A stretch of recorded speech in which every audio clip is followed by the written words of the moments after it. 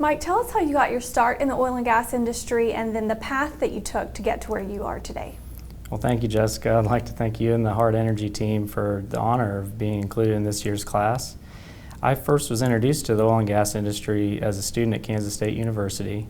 I was pursuing my degree in mechanical engineering and looking for career opportunities after graduation. And I talked to a lot of dynamic people representing oil and gas companies, large and small. And I was really drawn to the industry, so I was fortunate to get an opportunity to start my career at ExxonMobil, where I rotated through a number of engineering roles that exposed me to a lot of different assets in the United States as well as different disciplines. I was also the beneficiary of a lot of really great training opportunities at the company. And after a few years, I noticed that the acquisitions and divestitures market in the U.S. was really heating up, and I wanted to be a part of that. So I joined the BMO Capital Markets team in the A&D advisory practice, helping our clients sell assets in the United States. I was exposed to a lot of different basins and also company business models that really opened my eyes to what was going on in the industry at the time. After that experience, I wanted to use my evaluations experience to help a company on the buy side of the equation make investment decisions based on my work. And so I was fortunate to join John Walker and the EnerVest team in 2014 on the acquisitions team, and since then we've done a number of successful transactions in the U.S. onshore. That's great to hear. No doubt challenges had to be overcome, I imagine. Can you pinpoint a certain challenge that you overcame and how that helped shape you as well?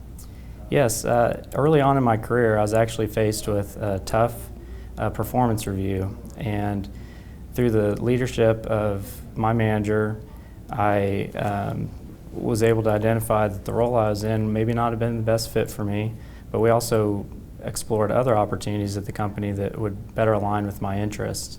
As a result, I ended up finding the reservoir engineering and evaluations career path that I've been on ever since, and it's been really rewarding. It was a humbling experience, but really a turning point in my career. And so if I had any advice for folks early on in their career, I'd just say be a sponge, try to absorb as much knowledge and experience that you possibly can early on.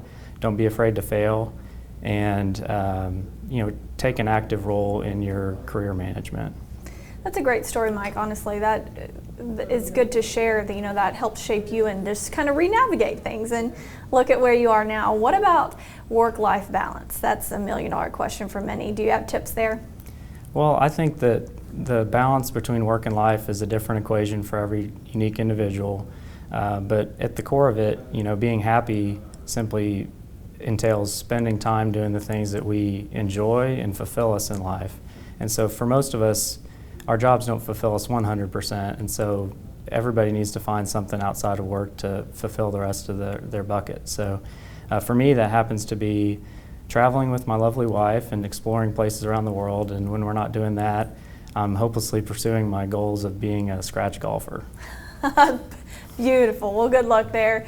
Let's talk a little about 2020. This year has been unimaginable. Challenges for companies, facing re-navigation, restructure, whatever they may be facing. What are you looking at, or what do you see right now as the path forward?